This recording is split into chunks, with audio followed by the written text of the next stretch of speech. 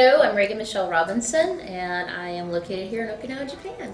Okinawa, Japan. I'm going to turn here just a little bit. Sure. That was my main focus of it. You know, I wanted to travel, but then I kept thinking, you know, in my world or my thought process was that I wanted to have a degree. You know, I remember having a poster in my room of Morgan State University and talking to a rep from Morgan State and thinking that that's what I wanted to do.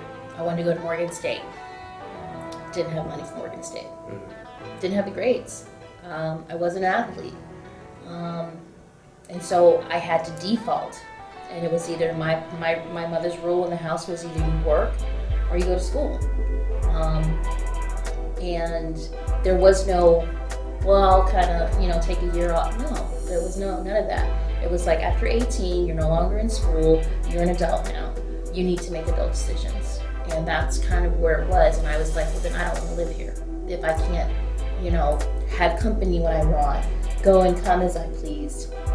And it was like, no, you're not going to do that here, even if you pay rent.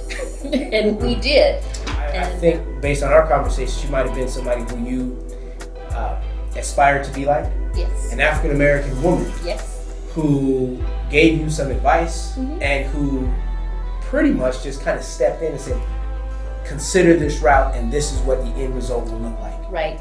Yes. Talk a little bit about that.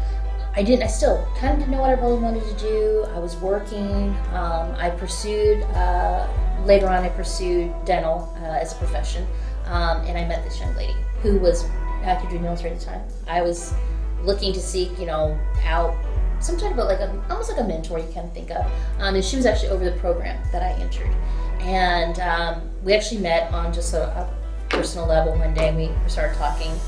And I started thinking, you know, what am I going to do with this after it's all done? You know, what are the options? Like, and she was telling us, you know, not even just us in the class, but she told me on a personal level one day, she was like, there's so many things that you can do. Don't just stop with this program.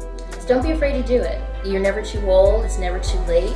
I hem and hawed. I said, if after I reach 35, you know, everybody thinks if you reach 40, if you reach 50. And I finally decided to not put a number on it. If it took me 10 years, if it took me 5 years, it didn't matter how long it took me. If I had to sit out a semester, and I've had to rearrange my schedule. I've had to drop courses because my son's basketball at the time, soccer, everything was coming out. It just so happened that soccer was the same night as my course that particular session.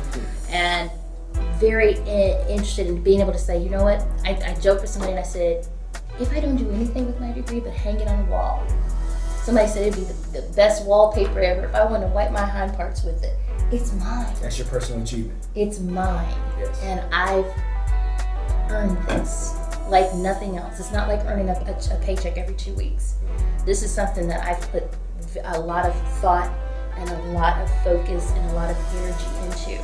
And I think once accomplishing this one thing, for me, it's going to make me realize that all the other dreams and goals and dreams that I have for myself are going to be that much more easy to achieve.